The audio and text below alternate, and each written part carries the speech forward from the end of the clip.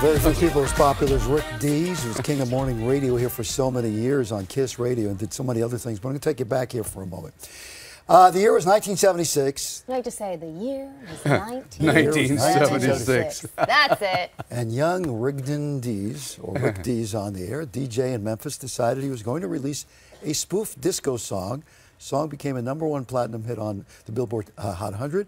But he solid gold later on, introduced by Paul McCartney, and an entrance worthy of a king. So here is Disco Duck. There's no stopping a duck in his beat. So I went back to try my luck. Why look?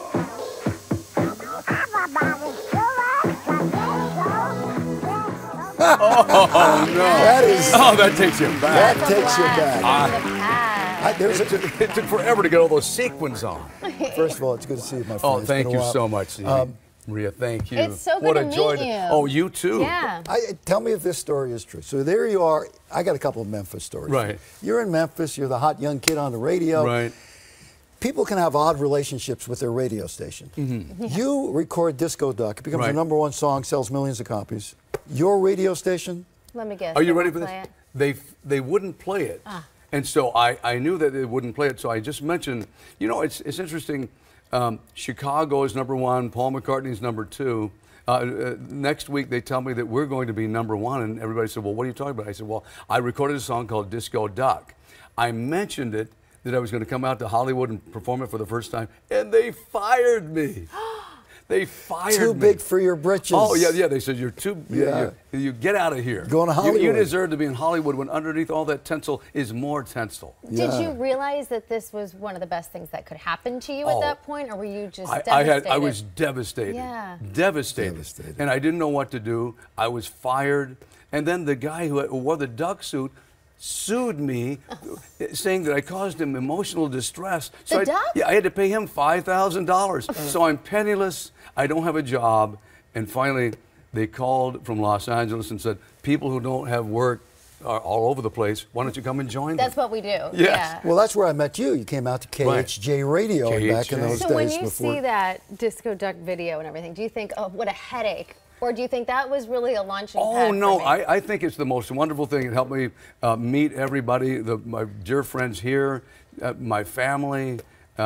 If it weren't for Disco Duck, my son Kevin never would have been born. So, yeah. Wait a minute. That sounds a little odd. It is odd. We can talk about that in another segment. Another memory that I have. Another memory that I have, and I think we've talked about this. When Elvis Presley died. Yes. Are you ready for this? Yeah. When Elvis died, his body was in his house, and I drove by his house when his body was on his bathroom floor. Yeah.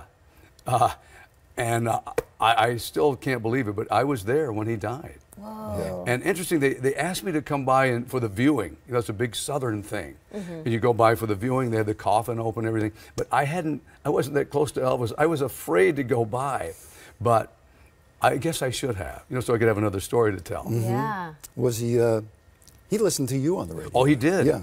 He did. Local. Yeah. And we did a song that was a takeoff on, because he had gotten really large by that time. And so we did a song called He Ate Too Many Jelly Donuts. and he was like, okay with it? No, he was not okay with it. He was not. So he listened for the wrong reason. Yeah. Why are you holding a book in your lap? Well, okay, listen. I have a friend named Joe Nipote, and Joe brought me an idea for a book several years ago, and then it happened. It's called Eggy, Yolk, and the Dirty Rotten Dozen. Joe came up with this idea. I loved it. We embraced it. I said, that could be a great animated series. So for kids, Eggy, Yolk, because every kid knows eggs. So you got Eggy, Yolk, you got the Dirty Rotten Dozen, you got Eggsville. We'll be reading this in It's like a cowboy adventure. It's like a cowboy guy comes to town. It's one egg pun after another. You have your hand in everything. Yeah. Oh, well, that's thank you. You've always been that way. You're such an entrepreneur. You've got a little bit of this, a little bit of that. I knew you as the radio guy, but then when I started digging, it's like you have done so much. I'm losing money in over 100 countries as we speak right now. Good for you. Maria. Means you're doing something. Thank you. But you could read this to your 18-month-old. I totally will. We're always looking for something Little Grace will love this. Yeah. It's loaded with puns. It can be a great animated feature. Then you can have like Eggy, Yolk, and Salmonella is the next villain. Eggy, Yolk, like, and Frank Eggstein. You see where we're going with this? She loves a pun. Oh, well, great sense of humor, that For one. more details on Eggy, Yolk, and the Dirty Dozen by Joe Nipote, and by you're involved somehow. Well, yeah, we're in producing this, yeah. Okay. And to connect with Rick Dees, you can go to our website, myfoxla.com. Rick, so good. Oh, thank you. Good to see you. Good to meet you, but so good to hear your voice, isn't it? Thank you.